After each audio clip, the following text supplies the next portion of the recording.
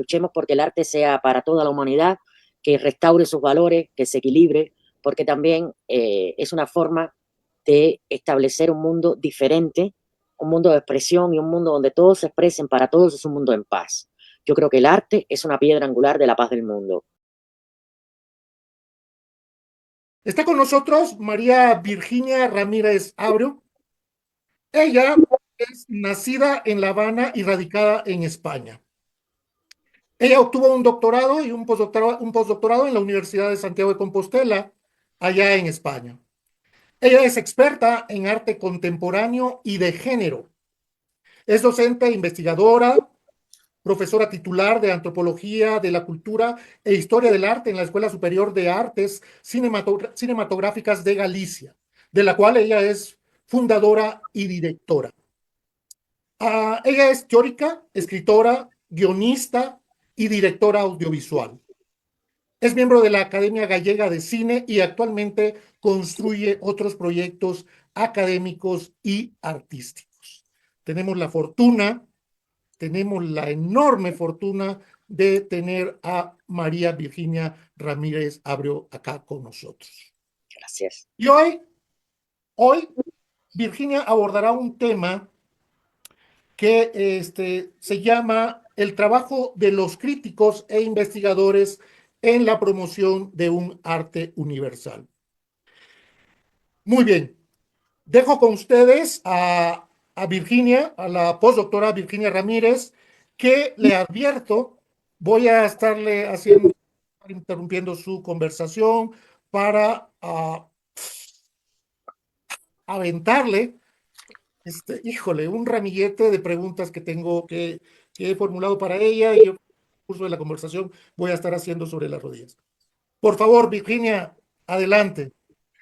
Bueno, muchas gracias Edgar por la presentación. Es un poco así que me quedo, a veces digo, hoy me estoy poniendo vieja, cuántas cosas he hecho durante el tiempo, yo que me siento tan joven. Muchísimas gracias, para mí es un placer inmenso participar en esta conversa entre amigos y un placer todavía más grande que esto se proyecte o que venga desde México, un país que admiro por su acervo cultural, por su trabajo artístico, por sus grandes artistas y y porque fueron capaces de formar parte también y siguen formando parte de lo que yo considero importante en este tema que vamos a tratar, que es la universalidad del arte más allá de las fronteras, de los países, de las limitaciones que actualmente se le quieren imponer al arte. Yo creo profundamente en que el arte está en un bienaventurado retroceso hacia recomponerse, reajustarse y al mismo tiempo introducirse de nuevo en la cultura como una de las partes más definitorias de esa palabra tan importante que es cultura. Porque existen, ese postdoctorado que habla Edgar, realmente fueron postdoctorados en antropología. Me he ido nutriendo de la antropología y de la antropología cultural como historiadora, como académica, como escritora, para poder abordar una teoría de la historia del arte y una teoría del arte que tienda fundamentalmente a unificar la cultura y el arte universal y que no se subdivida por etiquetas para mí anacrónicas y que realmente nunca existieron. Un arte afrodescendiente, un arte para homosexuales, un arte para mujeres, un arte. Y realmente, si en un momento fue necesario, en estos momentos, con el nivel de globalización, de unión, de esta misma tecnología que nos permite, a mí desde Vigo, esta bella ciudad, que es un punto de migración importante hacia América y lo fue, comunicarme con México, comunicarme con personas que me están escuchando quizás al lado de allá, supongo que sí, y compartir estas pequeñas pinceladas porque es primero en el arte latinoamericano y caribeño donde se está produciendo mayormente esta decisión que lo que trae como consecuencia es finalmente que sea el mercado y el precio quienes reconozcan artistas y no que seamos los historiadores, los críticos, los teóricos, quienes verdaderamente llevemos el peso de la conversación en materia de arte. Yo creo que se ha hecho mucho daño, incluso lo han hecho muchos críticos que me estarán oyendo, con los que he discutido, con los que he conversado sobre lo mismo, el tema de la diáspora, el tema de estas limitaciones, ¿no? El arte, bueno, ¿qué es el arte de la... ¿Por qué el arte tiene que ser afrodescendiente? Bueno, ¿afrodescendiente de dónde? ¿De dónde tú eres afrodescendiente? Porque los tuaregs son afrodescendientes y no son negros. O sea, vamos a puntualizar, y eso lo hice en una serie de conferencias que di sobre África, intentando hacer entender, tú eres afrodescendiente de África noroccidental, tú eres descendiente de lo que era la costa de los esclavos, pero no eres un afrodescendiente. O sea, no eres afrodescendiente en general, porque África completamente no está poblada por la raza negra única y exclusivamente, y entre la raza negra existen muchísimas distinciones que no vienen a cuento, pero pongo el ejemplo por eso, que en un momento existió una necesidad, y eso fue en un principio lo que alentó la posmodernidad en el arte, que es justamente la ruptura de los márgenes para llegar, o las periferias para llegar a los centros. Eso ya ocurrió, pero justamente Latinoamérica, el exilio latinoamericano en diferentes partes de la propia Latinoamérica o a Estados Unidos está trayendo una fracturación, una perversión en el sentido de que subvierte todos los valores con respecto a el valor y no el precio del arte. Y está creando pequeños islotes que ya no tienen sentido. Cuando yo me refiero a un arte universal, me refiero a un arte humanista. Ese arte que va a reflejar siempre la condición humana, que es igual para no a nivel, vamos a ver, tenemos que partir de que yo considero que el Estado es un constructo que no existe. Parto de la base que la sociedad es un constructo que no existe. Son instituciones que están ahí porque le hemos permitido tomar las riendas de todo un asunto que se debería definir como cultura y todos sus ingredientes, donde el arte, la religión y los aspectos principales como la cocina, la manera de comer, el vestuario, la danza, la música, conforman esa cultura, y lo vemos en culturas tradicionales que se mantienen aún hoy justamente porque no han dejado intervenir cuestiones, ni estados siguen siendo reinados. Por ejemplo, en Yorubalán ocurre, se sigue manteniendo la tradición religiosa, festivales, la cosecha, y que todas estas cosas, justamente en un momento donde tenemos tecnología en el primer mundo, donde podemos comunicarnos y entregarnos a que el arte se universalice, a que capte la esencia del hombre actual y sume a esas comunidades al conocimiento de lo que hacemos desde un primer mundo, vamos a decir un primer mundo, pero partiendo de la base cultural. O sea, para mí el Estado y la sociedad son constructos teóricos manipuladores. El mercado del arte, y yo lo anuncié en una conferencia que di justo cuando desarrollé un proyecto por internet para personas que querían saber de arte y para artistas. El mercado del arte está a punto de otro colapso. ¿Por qué? Porque hay una superproducción. El arte no es superproductivo. El arte produce lo que el artista es capaz de producir. O sea, y lo que estamos viendo es un amontonamiento de obras donde todo dice lo mismo y al mismo tiempo donde esto es arte caribeño, esto es arte cubano, esto es arte mexicano, esto es arte uruguayo, esto es arte argentino. Y donde queda la premisa del arte para entrar en la historia, de que el arte tiene que mantener unos valores universales y unos valores humanistas. Y esto lo digo con mucha preocupación, porque lo veo constantemente. Yo me muevo bastante y muevo mi discurso en las redes sociales, en Facebook, en revistas digitales, y me doy cuenta que hay momentos en que yo me desespero porque digo, pero a ver, ¿qué es lo que está pasando? ¿Y qué está ocurriendo? Pues que artistas, por ejemplo, de Argentina, están haciendo una obra para Argentina similar fácticamente, formalmente y conceptualmente que una persona que vive, por ejemplo, en Venezuela. ¿Y qué está ocurriendo? Pues parece que son plagios. No, es que no es que son plagios, es que están etiquetados en dos mundos completamente diferentes, y eso les limita muchísimo el acceso al mercado, con lo cual ha traído como consecuencia que la emergencia en el arte es cada vez mayor. Existen artistas maravillosos que no entran en el mercado porque le colocan la etiqueta, este es un artista cubano. Hay otros artistas cubanos que en el lujoso escenario de los 80, que fue un boom espectacular de arte, pues lograron consagrarse y son muy buenos artistas. Pero sin embargo, ahora que el mercado de arte se está pegando al mercado de la bolsa, cosa que jamás podrá ocurrir, porque el arte tiene valores por los que se mide, no se mide por el precio. Yo creo que, o sea, ponerle precio a la Capilla Sistina sería absurdo, total y absolutamente. Tiene un valor intrínseco que para eso estamos los historiadores, para eso estamos los investigadores y para eso estamos los que realmente asumimos un compromiso con el arte y la cultura. Pero el problema es también que actualmente los críticos, muchos profesores y muchas personas que se mueven alrededor del arte no tienen compromiso. O sea, tienen una especie de cenáculo que incluso les molesta a los académicos, los que ejercemos con una rigurosidad, con escritura, con teoría. Nosotros molestamos porque enfrentamos verdad y yo me doy cuenta que a veces digo una cosa y me siguen respondiendo con la misma respuesta. Pero vamos a ver, o sea, hay una falta absoluta y lo estoy viendo desde acá. O sea, lo más terrible de esto es que desde Occidente, vamos a hablar de Estados Unidos y Europa, se está mirando a esos países o a las personas que han emigrado de esos países con el mismo prisma separacionista, con las mismas limitantes que ellos funcionan en sus países porque se proyectan hacia su sociedad y los convierten en artistas que nunca pueden participar del discurso universal. ¿Por qué? Porque los mismos críticos, investigadores o historiadores, porque yo y creo que todos los que nos graduamos de historia del arte somos historiadores y la historia tiene que ser rigurosa. De ahí que, por ejemplo, yo haya estudiado otras ciencias para poder ponerme al servicio del arte.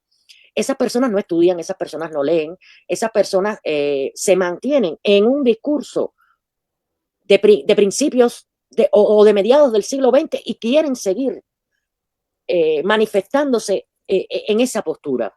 Y yo tengo que ser muy crítica, por ejemplo, con muchísimos curadores y con muchísimos críticos, entrecomillado, con muchísimos promotores o marchands, como le querramos decir, porque eso es otra cosa, no hay una definición entre una cosa y otra, o sea, todo el mundo es cualquier cosa, específicamente en el sector cubano, que está en el exterior. O sea, esto lleva, por ejemplo, a exposiciones donde después que se inaugura una exposición de un artista, y eso ocurrió hace muy poco, pues había una obra falsa. O sea, eso no puede ocurrir. O sea, tú no puedes abrir una exposición sin una verificación, sin ser verdaderamente un experto en lo que vas a exponer. O que esté entrando a todas partes, y especialmente a Estados Unidos, arte cubano falso.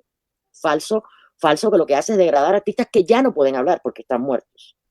Y esto está llevando, por ejemplo, a que muchos familiares de artistas comiencen a tomar medidas legales en el sentido de hacer fundaciones y mantener el patrimonio, porque además muchos son artistas también. Yo creo que la base fundamental de que el arte no se universalice es ¿cómo podríamos decir, para no decir un taco? La puñetera ignorancia, porque los iletrados son personas que intentan aprender, y yo lo viví en el proyecto de la Polaca, intentan aprender, abrirse. Los ignorantes son las personas que están mirando que las cosas cambian y por su propio rédito, por su propia incapacidad y por su propio gusto, no quieren asumir el reto de superarse. Entonces ignoran y se mantienen en la misma línea. Y existe un debate que en el arte se está llevando a nivel político e ideológico, pero jamás a los niveles de la teoría del arte, de la historia del arte o de la historia de la cultura. Que la política entra en la cultura, bien, pero la política es el gobierno de la ciudad, la poli. Que la ideología incluso en los artes, en los modos de arte más críticos, como fue, por ejemplo, el expresionismo alemán, la base era artística. La ideología estaba ahí, pero la base era artística. La abstracción fue un movimiento profundamente de revolución ideológica, pero no estaba en un peso, como le llaman ahora, entre la persona woke, que es totalmente de una izquierda, que no le interesa para nada valorar una obra de arte porque la considera ya no como antes burguesa, sino la considera el arte de derecha. O sea, yo no entiendo el arte de derecha o de izquierda a no ser que el artista sea zurdo. Vamos. no considero que existan diferencias marcadas en cuanto al arte de una mujer y un hombre, si son artistas. ¿Que ha existido una discriminación? Bueno, yo escribí un libro justamente sobre eso, hablando del arte de las mujeres en Cuba. Pero el problema es que estamos metiendo en la cultura y en el arte la política, nuestro pensamiento cultural, y nosotros como investigadores, como teóricos, como escritores, como historiadores, tenemos que mantenernos al margen de ese debate. No podemos ideologizar al arte y promover al artista que apunta a mi ideología, creo yo que apunta. No, o sea, si es bueno y es bueno, porque entonces estamos cayendo en una especie de dictadura en el arte, gobernada según la ideología de cada uno. Y existe muy poca franqueza en cuanto al diálogo entre nosotros. O sea, yo sé que soy, a veces se quedan así, ¿no? Un poco cuando yo hablo en el Facebook mismo, porque me llegan a criticar porque eres académica, porque siempre estás diciendo, porque estás recomendando siempre que hay que leer. Hombre, hay que leerlo. Esto es como los médicos, cada profesión tiene un juramento odontológico. Yo hice el mío, o sea, el mío es servir al arte, a la cultura y a la historia del arte. Y para eso tengo que todos los días de mi vida ver qué se hizo ayer. Y si puedo, ver lo que se va a hacer mañana. No sé si me hago entender, si... Interesante y muy profundo, doctora. Este, tengo una pregunta, doctora, y es la siguiente: ¿cuál ha sido el camino general que usted ha recorrido para que la consideren como una de las voces académicas más respetadas de España? Y por qué no decirlo, de varios países latinoamericanos. Bueno, eso es un halago muy grande. Yo mi recorrido ha sido imparable en ese sentido. Ha sido un recorrido de formación y aprendizaje que yo me licencié en La Habana con una tesina, y a los 3 meses me vine a vivir a España, que es de donde proviene mi padre.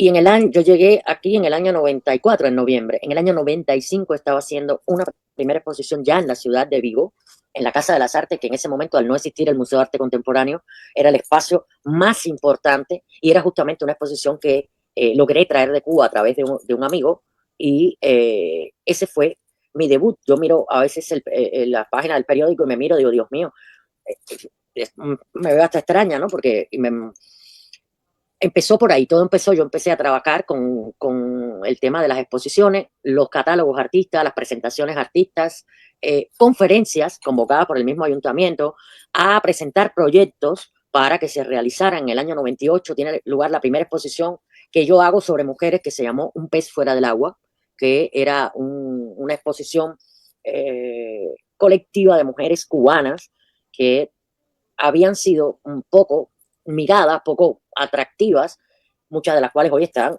consagradas, incluso muchas de las cuales están tan consagradas que ya se repiten. Y a partir de ahí empecé el trabajo hasta que decidí en el año 98, mientras estaba trabajando, vendía arte también, estuve trabajando con un pintor de aquí muy reconocido, posiblemente el pintor más reconocido de Galicia, que falleció ya hace un tiempo, Laceiro. Estuve trabajando con cubanos, un grabador, Raimundo Orozco, un gran amigo que me enseñó mucho del grabado, por ejemplo. Estuve trabajando con muchos artistas que estaban, y así me fui integrando también con artistas gallegos. Y en el año 98 yo decido hacer el doctorado. Me presenté en la universidad, y justamente al empezar el doctorado, que en aquel momento me dirigía lo que era los cursos doctorales, me convida a trabajar en un estudio que tenía, que se llamaba C5, que era un estudio que se dedicaba justamente a montar exposiciones, o sea, a curar y montar proyectos eh, a través de la Junta de Galicia. Ahí aprendí un montón mientras iba haciendo mis cursos doctorales, y también ahí fue mi primera parte teórica donde se montó el Congreso Galicia-Cuba, un reflujo de influencias y confluencias, que terminó con un gran libro, donde yo fui documentalista de todo ese proyecto, y además representando o estando a cargo de la parte cubana, aunque lo hacía por la Universidad de Santiago, también fui ponente. Seguí trabajando en el doctorado, me conceden la beca, una de las becas más importantes que conceden aquí para estudios universitarios de doctorado, que es la beca de formación de profesional, de personal investigador, una beca que concede el Ministerio de Industria. Y a partir de ahí ya me empiezo a vincular a la docencia porque era la exigencia que tenía esta beca, que tenía que impartir docencia. Empecé a impartir docencia en la Universidad de Santiago, distintas asignaturas, teoría de la estética, historia de las ideas estéticas, arte español contemporáneo, con una libertad, porque además es una facultad maravillosa, con una libertad de, de cátedra, de expresión, incluso de revolucionar los propios temarios, cambiando los temarios a otras cosas, insistiendo con el tema de la mujer, que era lo que ya estaba llevando a tesis. Y en medio de todo eso me proponen dirigir un proyecto bisoño que no arrancaba, y un gran amigo que falleció, un mentor para mí, me propone entrar en la escuela de cine y cuando él se va, comienzo a dirigirla. Eso fue otro mundo. Por eso yo te digo que mi recorrido a veces me parece una escalera, porque yo siempre me lo he planteado así, como ir subiendo peldaños, enfrentándome a cosas que nunca había hecho. Empiezo la docencia ya no para historiadores del arte, sino con artistas, para cineastas. Pero eso me obliga a mí a hacer los cursos también. Y empiezo a vincularme con el cine y con la realización cinematográfica. Me hice productora también dentro de esa escuela. Creo que tengo como 60, 70 entre cortometrajes y documentales como productora ejecutiva. O sea, eran los documentales de los chicos. Y realicé algo que era una labor titánica porque los estudios de cine aquí no están reconocidos. Pues logré que esta escuela, en conjunción con una escuela, con una universidad, la Universidad Camilo José Cela, que tiene un maravilloso departamento de audiovisual, reconociera la Escuela Gallega de Cine como una escuela superior de arte cinematográfica, o sea, tuviera un título.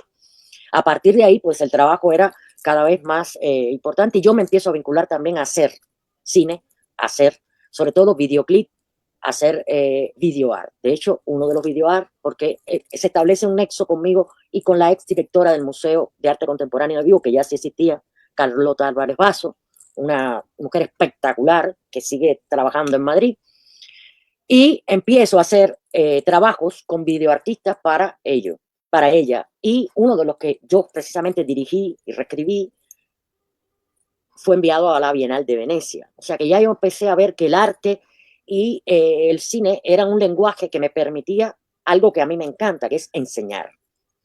Y por esos pasos estuve 8 años hasta que decidí terminar con este proyecto que al año siguiente cerró. No existe ya esa escuela de cine. Y empiezo a trabajar con un productor, una persona que tenía una productora de cine, pero que no conocía nada de la pedagogía, a reinventarnos. Y entro en lo que es uno de los primeros cursos creados donde la clase no se daba como así hablándole al público, sino que era un trabajo de montaje que se llamaba Todo lo que usted quiso saber del videoarte y nunca le enseñaron. Muy postproducido y ahí empezamos a coger fama en el trabajo de lo que era la enseñanza online o híbrida. Fundamos un campo que se llamaba Acuarela Campus, eso tampoco existe ya, y llegado un momento, yo me desprendo también de ahí, con ese productor también hice unas cuantas intervenciones en documentales para hablar de arte, y decido que me voy a instalar por mí misma, que quiero escribir, porque era lo que siempre quería, pero no podía, porque siempre estaba haciendo una cosa u otra. Y empiezo a escribir, empiezo a investigar y empiezo a formarme en otras categorías porque yo veía un potencial en las redes sociales. Empiezo estudios de marketing con Vilma Núñez, que es una extraordinaria formadora en todos los sentidos, en auditoría, en marketing, en branding, en todo. Y empecé otra vez a retomar los estudios de contemporáneo y los estudios de mercado de arte. Y decido, esto es a grandes saltos, un poco así, cuando viene la pandemia, le dediqué 2 años a impartir de lunes a viernes todos los días una conferencia entre 1 hora y media y 2 horas para todas aquellas personas que estaban interesadas en conocer sobre arte. Y al mismo tiempo creé un grupo de artistas, que eran los polacos, porque ese espacio yo lo tomé como la polaca. Yo me hacía llamar la polaca, o sea, María Virginia Ramírez, la polaca. Y creé un grupo de 11 artistas para probar también con una galería online hasta qué punto eran resistentes o verdaderamente artistas. Porque la gente piensa que yo pinto y ya me consagro. Y yo les expliqué que eso era un proceso paulatino de aprendizaje y de movimientos míos. Y como yo dije, pues estaban en una barra colgado de las manos y se fueron cayendo. Hoy ha quedado uno con el que estoy trabajando, muy bueno, que además participó muchísimo en cuanto al aprendizaje de la conferencia, Tommy Suárez, Tommy Art, y de 11 quedaron uno. Digo, esto es maravilloso. Y también vi cómo las personas que no tenían ninguna formación querían entender el arte. Vi como personas de otras manifestaciones querían ir a una exposición y ver un cuadro. O sea, vi la necesidad de que las redes sociales también conectaran con ese público. Y bueno, usted que sabe un poco de mercado, sabe que uno tiene que ir a donde está la necesidad, no siempre para ganar dinero. De hecho, yo no gané ningún dinero. Gané dinero con la galería, o sea, más que nada para construirla, porque al final la tenía que construir para todos. O sea, eran 11 salas, una para cada artista. Hicimos una performance brutal que fue el vernissage de esa galería. Bueno, hicimos muchísimo trabajo y todo se gastó en eso, porque yo lo que quería era también tener un poco el peso de hasta dónde se quiere ir y hasta dónde un trabajo riguroso realmente da resultados. Hoy, yo estuve durante mucho tiempo pensando retomar la polaca, ya decidí que no, después que yo publiqué mi último libro.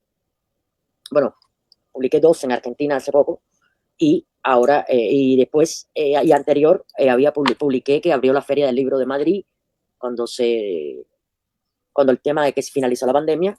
Escribí el libro sobre Perpetuas Desahuciadas, que es un libro que se basa en mi tesis doctoral, lo que yo defendí en mi doctorado. Te voy a resumir, porque bueno, ya esto es un poco resumido, porque no me acuerdo de todo lo que he ido haciendo. He conocido a muchas grandes personas, Saura, eh, profesores maravillosos, escritores, artistas de cine, actores, grandes artistas gallegos, y yo lo único que sé y lo único que me planteo es que para hacer todo lo que he hecho hay una línea en común. Así como es una escalera, solo ha existido una línea en común, que es estudiar, leer, porque además yo leo todo lo que sale nuevo y puedo, tanto físico como en digital, de mi materia. Me encanta la novela histórica, me gusta muchísimo, que yo sé que usted la cultiva. Y estudiar y superarme cada día más, estar encima de lo que hay. Yo creo que esa es la única manera de hacer el camino. Y es un camino de no parar, o sea, es como el médico, esto es una formación continua, en las herramientas más que te clarifiquen aún más el panorama y te lleven a una teoría, a algo tuyo, a algo que tú sabes que va a ocurrir, y que tiene un origen, tiene un intermedio, una explosión y que vuelve otra vez. Que eso es un poco lo que intentaré hacer después que termine estos proyectos que estoy haciendo con una nueva teoría de Europa y el arte. Eso es un proyecto que aparqué.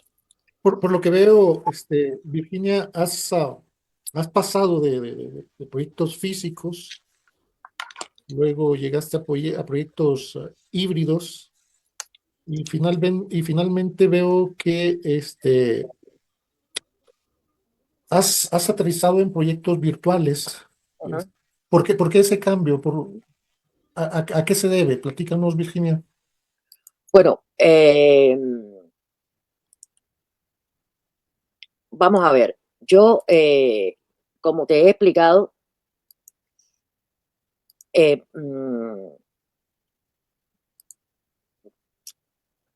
ido verificando, y lo dije en una primera intervención cuando empecé a hablar, que uno tiene que moverse con los tiempos.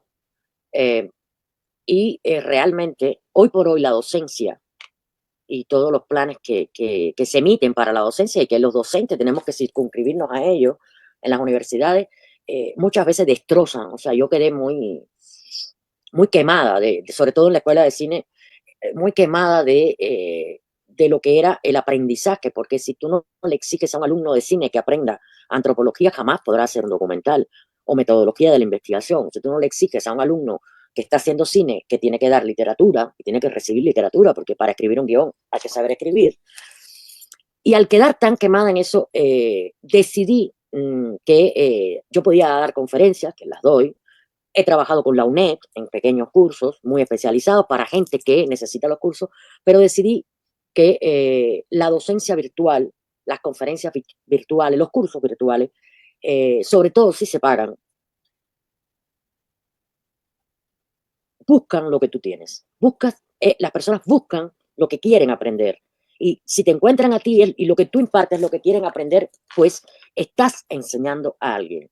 Pero pararte en un aula donde, como el salón de la universidad, que era, no sé, había 160 y pico de personas.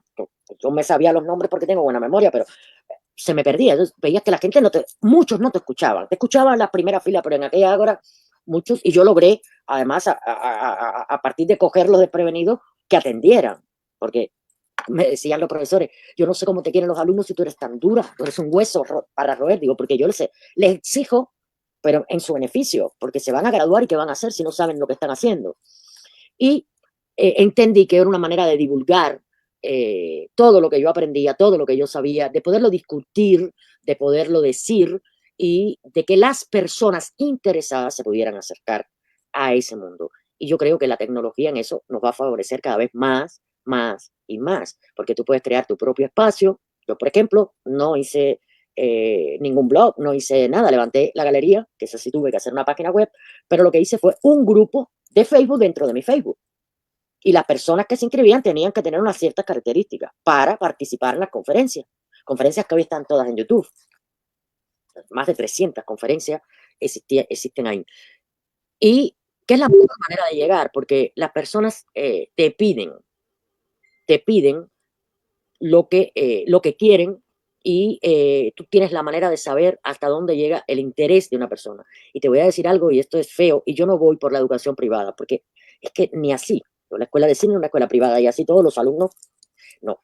Es lo que tú ofreces y la demanda de la persona. Esa persona que demanda y paga tu curso porque lo quiere y lo necesita. Entonces, un módico precio, pues agrupas a muchas personas e impartes algo que ellos necesitan. Y yo, que también tengo la facilidad, por ejemplo, de homologar con la universidad, o sea, que me autoricen el curso, como he hecho con la UNED, todos los cursos están firmados por la UNED, extendiendo un título, he dado muchos cursos de verano también en Oviedo, y me he ido vinculando mucho a ese tipo de personas que vienen a tu curso porque le interesa y le hace falta conocer. Y yo creo que ese ha sido el paso que yo he dado definitivo, además que me deja mucho tiempo para investigar y para escribir. Ese ha sido fundamentalmente el Entonces, por qué consideras pues a las redes como un canal que puede tener o que tiene un impacto en la divulgación, en la difusión, enseñanza del arte y la cultura? Eh, logro captar ese asunto. Estoy en lo cierto, Virginia. Yo creo que sí, y sobre todo con esta teoría de la vuelta a un arte humano, a un arte humanista. Yo creo que sí, porque es eso, permite a las personas, ahí yo estoy recibiendo, veo que me están enviando por Facebook porque no encuentran, son personas que me siguen. Ya yo puse un poco, bueno, a que hay que esperar a que se edite la conversación, que estamos haciendo en vivo, pero que bueno, que estén tranquilos, pero son personas que le interesan lo que yo hablo. Y yo creo que también a mí me sirve mucho para poner los puntos sobre las IE, que generalmente cuando lo hago en directo. O sea, con nombres y apellidos y señalando muy bien a las personas que están actuando de forma incorrecta, personas que incluso a veces cometen plagio y apoyando a personas que hasta ahora han sido víctimas de esas otras que sin ton ni son y diciéndome que para qué yo la mando tanto a leer un libro, así, cuando tiene no sé cuántos méritos y cuántas tal, pues ha existido una liberación que se ha provocado incluso en mi propio Facebook de unas discusiones y han ido personas, artistas, se han ido rompiendo a hablar de la gente, ¿no? Porque ya era hora que tú lo dijeras, porque... Y yo creo que eso es importante, porque el artista se siente minimizado y a merced de los criterios personales y de la ganancia personal de esos intermediarios que ni saben lo que hablan y que muchas veces viven de mordidas y si no es de dinero para bolsillo, es para viajes, el viaje aquí, el viaje allá, el que me quedo aquí, me quedo allá. Y yo creo que eso tiene que correr del bolsillo de uno, nuestra formación, nuestros viajes. Yo he viajado mucho y seguiré viajando, pero de mi bolsillo para aprender y siempre traer algo nuevo. Eso no lo voy a abandonar nunca porque es mi compromiso. Lo abandonaré el día que ya no pueda más o que ya no tenga más nada que decir, que puede llegar ese día también. que lo haya dicho todo. Has estado mucho tiempo o estuviste mucho tiempo frente a una escuela de cine como directora y profesora titular. Ah, estar al frente de una institución como de otros tipos, deja huellas en la vida propia. ¿Qué te ha dejado? ¿Qué te dejó estar tanto tiempo al frente de una institución de cine, como directora y profesora titular, Virginia? Te voy a resumir cosas importantes para mí. Me cambió la manera de ver a un alumno porque estaba trabajando con creadores y con creadores que realmente no necesitan escuela. Las escuelas de cine, yo se lo decía, las escuelas de cine, bueno, sí, aprendes la técnica del cine, pero las escuelas de cine son un reservorio de creadores que se juntan para hacer proyectos. Y eso es lo mejor que tenía. Y eso lo aprendí. Aprendí a trabajar con el alumno, el feedback con el alumno, la cercanía con el alumno permanentemente, porque en mi despacho, incluso yo era también, formaba parte del consejo directivo, porque eso era un complejo educacional. Me decía, pero es que tú te pasas la vida de un alumno a otro en tu despacho. Digo, es que me paso la vida de un alumno a otro en el despacho porque los alumnos son los creadores. Los alumnos tienen que aclarar dudas. Los alumnos me cuentan su historia. Pues encaminamos un guión, pues tal.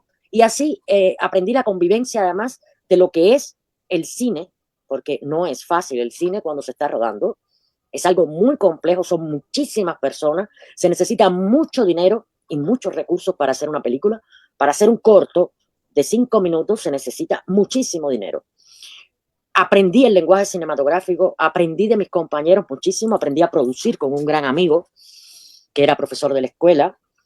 Me relacioné muchísimo y logré que la Escuela de Cine de Galicia se convirtiera en un referente no solo para España, sino para los productores, fotógrafos, todos los profesionales gallegos que no habían tenido participación ninguna en la formación de esa escuela.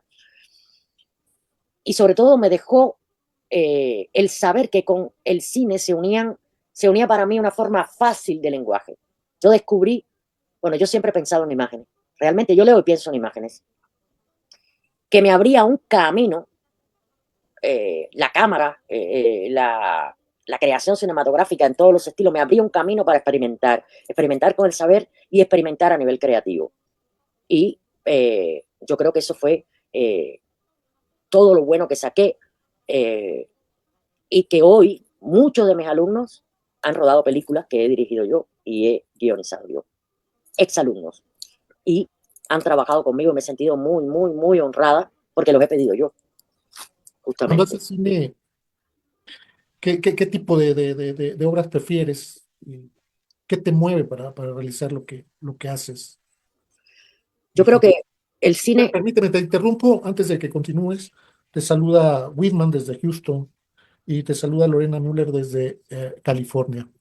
Te están viendo y te agradecen por compartir tus conocimientos.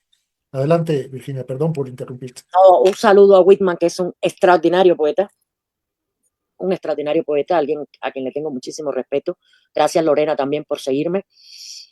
Bueno, yo me inclino mucho a la experimentación cinematográfica. El cine que he hecho ha sido video art, o sea, muy ligado a lo que es el tema del museo y la exposición. O sea, trabajar con artistas que redirigen su obra hacia lo performático o sobre la base de un guión conceptual que llegan a filmar y a difundir una idea. Y en mi caso también tuve la grandísima experiencia de compartir con un músico extraordinario que me dejó hacer el videoclip de su disco del verano. Estuve con Raimundo Amador, mi gran amigo, uno de los mejores guitarristas del mundo, según B.B. King. Pude hacer un videoclip y rodé un mediometraje también, aparte de muchos videoart, un mediometraje donde experimenté desde imágenes de la NASA, fragmentos de obra de una artista plástica, pero con una historia centrada, y como no me lo podía poner más difícil, alrededor de una mesa, que es la forma más difícil de grabar que puede existir o de rodar, y que se llama Russian Doll, con mujeres que no eran artistas, o sea, que no eran actrices, y que se sometieron 8 meses de ensayo y a 15 días de rodaje, porque tuvimos que ensayar muchísimo, era una comunidad de vecinas y de amigas, y ellas no eran actrices, y ese fue el gran reto donde también aprendí a dirigir actrices, porque aprendí a dirigir a personas que no eran actrices y logré llevarlas a la pantalla con una dignidad para ellas, afortunadamente, muy, muy respetable. Virginia, hablemos de literatura. Sé que escribes novela histórica. eh, Platícanos, por favor, Virginia, de tu más reciente publicación, que hace poco la mencionaste, la sacaste a luz en esta conversación, y es el de Perpetuas Desahuciadas. Platícanos de ese trabajo, Virginia, por favor. Bueno, Perpetuas Desahuciadas, que ese título me brotó así ya casi en el último momento y me gustó, es sencillamente un libro que yo considero preliminar, un libro que tiene la importancia de ser un ladrillito en lo que deberíamos ponernos todos los historiadores del arte cubano a hacer, que es reconstruir desde todo lo que se ha silenciado el arte cubano. Y yo me basé fundamentalmente en todas las mujeres que habían participado en el arte cubano desde la colonia hasta 1995, porque yo, y así lo dije cuando defendí ese trabajo en el 2011, que fue una investigación de 8 años que me llevó a descubrir documentos muy importantes y colaborar con un amigo que le quiero mandar saludos y que quede aquí su nombre porque siempre me ha colaborado, es un historiador extraordinario, Ramón Lorea. Eh, y recopilar una serie de artistas, por una parte desconocidas, por otra parte maltratadas, por otra parte a las que no se le tenía en cuenta, por otra parte, o sea, todo ese silencio que me tocó vivir cuando yo recibí clases en la Universidad de La Habana de muchos y muchos profesores que silenciaban artistas justamente porque no eran afines a la ideología, o eran artistas que se habían ido del país, o eran mujeres que habían sido supuestamente contestatarias, como es el caso de Antonia Iris, la gran artista que está vinculada con esta fundación que se va a hacer en México y con este artista que hablábamos, con el cual quisiera yo trabajar, y con Triana Vidal, que es su nieta, que sencillamente se le dio porque era contestataria y no lo era. Realmente hacía una obra donde reflejaba el entorno de sus compañeras, de una artista monstruosa, una artista maravillosa, y no expuso más. Después, bueno, ya se le conoce por otras cosas. Yo tuve la fortuna de ser posiblemente la última persona que la entrevistó. Ella me cedió una entrevista antes de yo leer mi tesina, antes de licenciarme, y la conocí y me quedé enamorada de su obra, de su conversación, de sus ojos. Nos hicimos amigas, nos vimos más veces, y, y bueno, pues ese libro recoge, yo digo que es el primer paso para sacar gente a flote. Hay que hacerlo también con hombres que han sido censurados, que se han ido. Yo incluso incluí dentro de la obra, dentro de ese libro, a una artista que se había ido de niña, se la llevaron sus padres, pero que se reactivó, una artista muy famosa, Ana Mendieta, que trabajó mucho por México y bueno, se suicidó, la suicidaron en el pleno auge de su carrera, la incluí como artista cubana, y fue un trabajo que además me interesó hacerlo como libro. Yo había discutido parte de ese libro como mi tesis doctoral, porque la editorial Verbum, una editorial muy prestigiosa, sobre todo en la parte de ensayo, se interesó en publicarla, y pues lo publiqué. El libro está en Amazon y está en montones de librerías, cosa que me ha llamado la atención. Está también en Verbum, y pues en todas las librerías, en librerías de cualquier parte del mundo lo buscas y está. Yo tampoco me esperaba tanto, porque realmente es un libro eh, para profesionales, para gente que le interese ese punto. Pues hasta eso han llegado a negar los detractores. ¿Cómo vas? ¿Pero qué estás diciendo? Si yo en el libro dato la fecha, sí, pero yo no me he leído tu libro.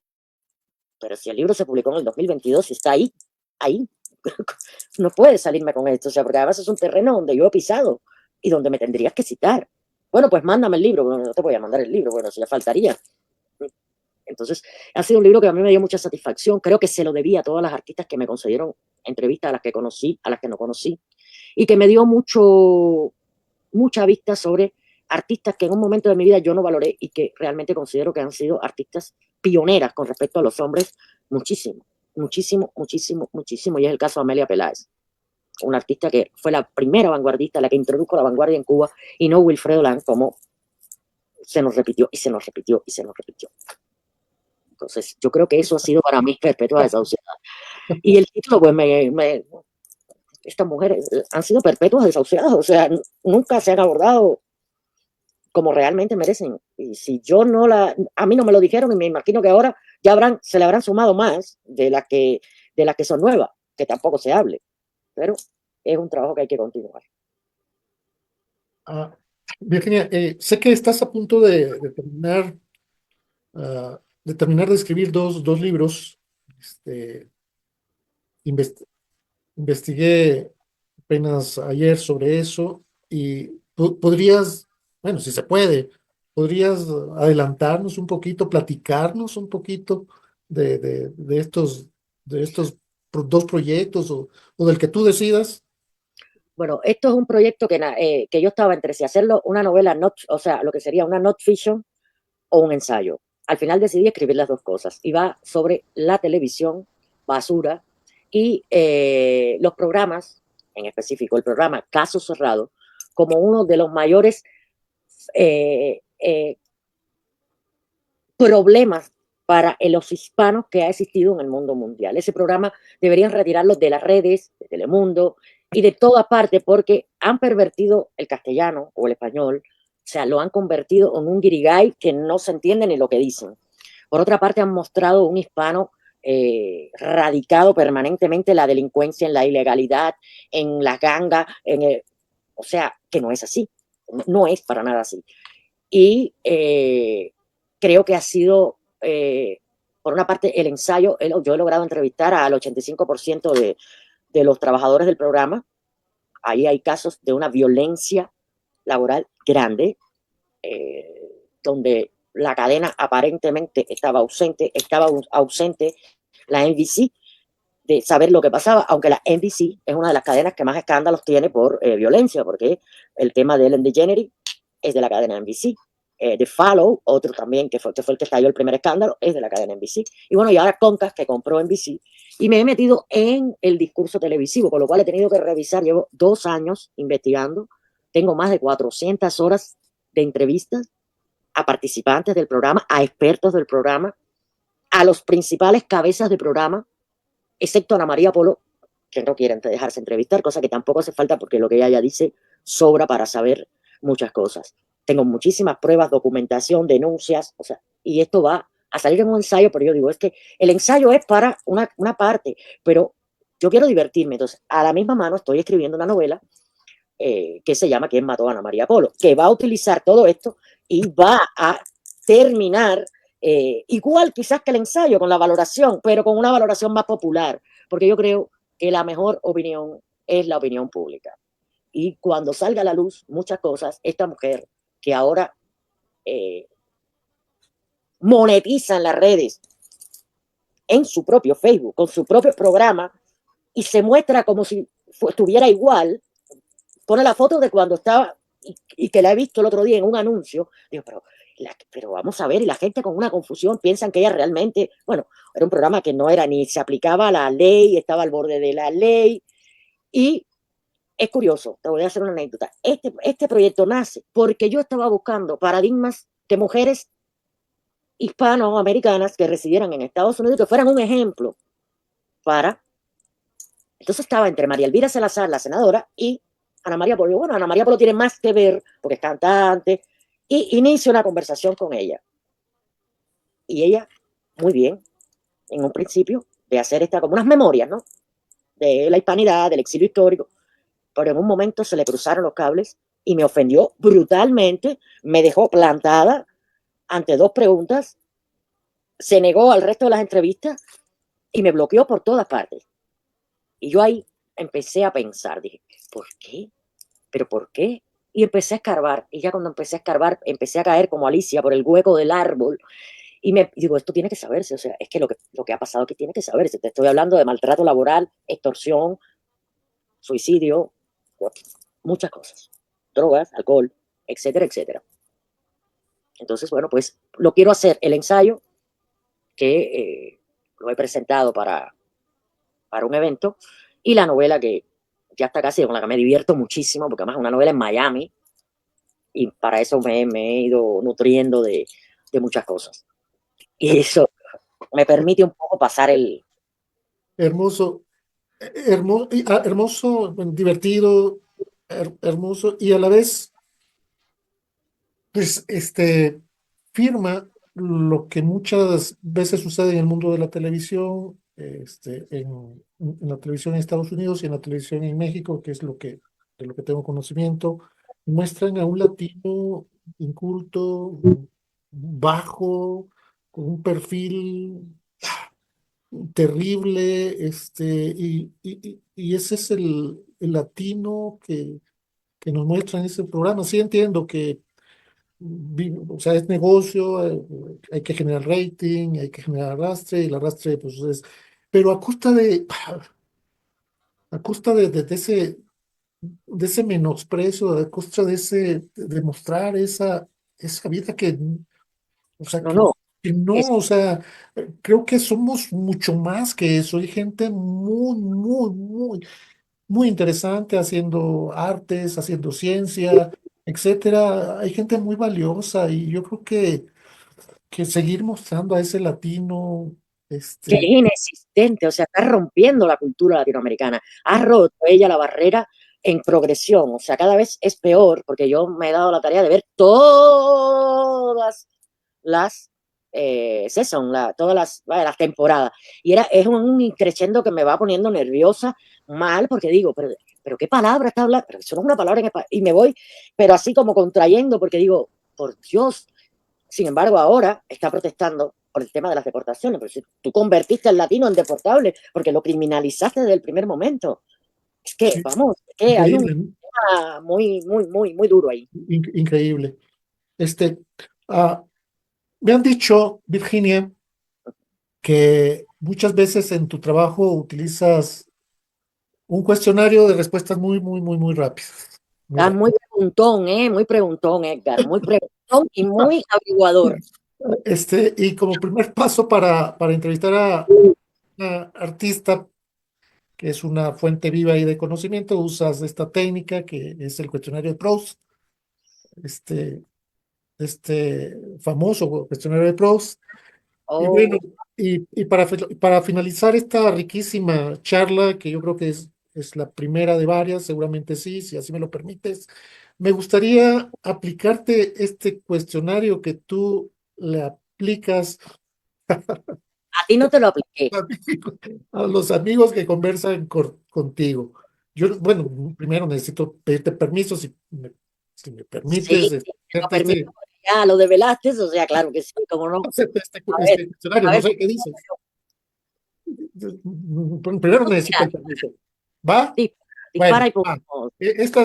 Esta serie de preguntas, pues las terminé hace poco, las hice casi por la rodilla. Sí, nos vamos a quedar inusualmente los dos a cuadros, que no es la costumbre en este proyecto. Voy a ser un poquito rápido. Ahí va la primera. Principal rasgo de tu carácter, Virginia. Tenacidad, ¿Qué cualidad tenacidad. aprecias más en un hombre y en una mujer? En un hombre la ternura, en una mujer la independencia. ¿Qué esperas de tus amigos, Virginia? Que ejerzan como tal y que me den lealtad e incondicionalidad y compromiso. ¿Tu principal defecto? La impaciencia, ¿Tu ocupación favorita, Virginia? dibujar. ¿Tu ideal de la felicidad? Para mí la felicidad es otra cosa que nos venden para manipularnos. Mi ideal es que todo el mundo a mi alrededor, mis amigos, mi familia estén bien y que me permitan a mí hacer lo que me gusta. Pero eso ¿Cuál no es sería, felicidad, cuál eso sería es tu mayor desgracia? perder la vista, ¿Qué te gustaría hacer? lo que soy, Virginia. ¿En qué país desearías vivir? Bueno, en estos momentos desearía vivir en una España libre nuevamente, próspera nuevamente y verdaderamente democrática nuevamente. ¿Tu color favorito, Virginia? El naranja, La flor que más te gusta. la cala, muy No la natural, conozco. El pájaro que más te gusta, que prefieres. la gaviota. ¿Tus autores favoritos en narrativa, Virginia? Bueno, aquí te tengo que ir apuradito, pues te diré que Dostoyevsky, Bulgakov, Faulkner, Hemingway, Truman Capote, Susan Sontag, y se me quedan un montón por el medio, Juan Rulfo y Octavio Paz, ambos mexicanos. Sí. ¿Tus poetas de cabecera, Virginia? Baudelaire, Alejandra Pizarnik, Silvia Plath, Dulce María Loinás, Cernuda, Machado, Pessoa y Lorca con sus dos libros, El romancero gitano y Poeta en Nueva York. Sí. ¿Tu héroe de ficción? Mi héroe de ficción, Indiana Jones. ¿Tu heroína de cabecera? Mi heroína de cabecera es Juana de Arco. ¿Tu músico favorito? Podría decir Mozart, pero es que tengo que decir Beethoven. ¿Tu pintor preferido? Indiscutiblemente Picasso, Picasso, sí. ¿Tu héroe de la vida real? mi padre. ¿Tu nombre favorito, Virginia? Sara, ¿Qué hábito ajeno no soportas? no soporto el hábito de meterse en la vida de los demás, opinar sobre ellas y decirte lo que tienes, lo que las demás deben hacer, porque eso no le importa a nadie, es al que lo hace. Muchos codazos, Virginia. ¿Qué es lo que más detestas? La ignorancia.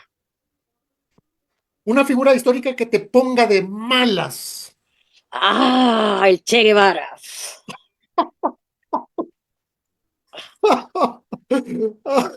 Ahí lo dejamos, no comento nada. Un hecho de armas que admires, Virginia. Ninguno, ninguno, no me gusta la guerra. Sí, cultura para la paz. ¿Qué virtud desearías poseer? La indulgencia. Qué hermoso. ¿Cómo te gustaría morir, Virginia? Está difícil esto. En paz conmigo misma. No tengo otra. ¿Cuál es el estado de ánimo más común en ti? La melancolía. Soy un ser melancólico por excelencia. ¿Qué qué defectos te inspiran para mayor indulgencia? Los defectos físicos de las personas, porque son personas que generalmente al tener defectos físicos se superan mucho y van más allá. Y voy a cerrar con la penúltima. ¿Tienes alguna máxima? Sí, cada día más y cada día mejor. Ah, qué hermoso, qué hermoso. Virginia, algo que agregar, con esto cerramos esta primera conversación de muchas que vendrán, algo que se te haya quedado ahí en el tintero, desees agregar. Adelante, Virginia. Nada, deseo darte las gracias a ti, a los que han escuchado, a los que me están mensajeando, a los que me están escuchando. Gracias por esta oportunidad. Ya sabes que podemos conversar cuando quieras y del tema que quieras. Y que nada, que luchemos porque el arte sea para toda la humanidad, que restaure sus valores, que se equilibre, porque también es una forma de establecer un mundo diferente, un mundo de expresión y un mundo donde todos se expresen, para todos es un mundo en paz. Yo creo que el arte es una piedra angular de la paz del mundo. Y aquí te voy a poner en compromiso delante de todo el mundo. Yo quiero una novela histórica tuya porque yo sé que usted escribe novela histórica. Y por último, voy a decirte viva México. México lindo y bonito. Muchas gracias. Sí, sí, sí, sí, sí, sí, con mucho gusto voy a compartir eso contigo. Te pusiste en aprietos de este lado. Te manda a saludar Arturo Cubanart. Ah, Una conversación muy interesante. Comenta y te manda a saludar la postdoctora Ana Lilia González Moncada. Te está viendo y te manda un abrazo desde acá, desde Zacatecas, México. pues un abrazo para ella, colega, y un abrazo para Cubanarte. Ese es eh, un gran estudioso, Arturo, un gran estudioso. Perfecto. Bien, yo creo que no nos despedimos. María Virginia Ramírez Abreu, muchísimas gracias por compartir tu trabajo, tu conocimiento. Y cierro con lo siguiente. Hay que agradecerle un poco a las televisoras que sigan haciendo estas barbaridades porque de alguna manera le dan vida a todos estos proyectos en las redes, a todos estos proyectos culturales, de compartir el quehacer cultural, de no estar comprometidos con el dinero, de no estar comprometidos comprometidos con cosas extrañas y es el arte por la pura pasión de compartir el arte, por el puro gusto de saludar a los amigos, de saber qué andan haciendo en distintas latitudes de este planeta en términos del arte, en términos de la cultura para la paz. De alguna manera estoy agradecido con esas televisoras que siguen esos mismos patrones extraños. Virginia, muchísimas gracias. Un abrazo, de Un veras. placer y un abrazo.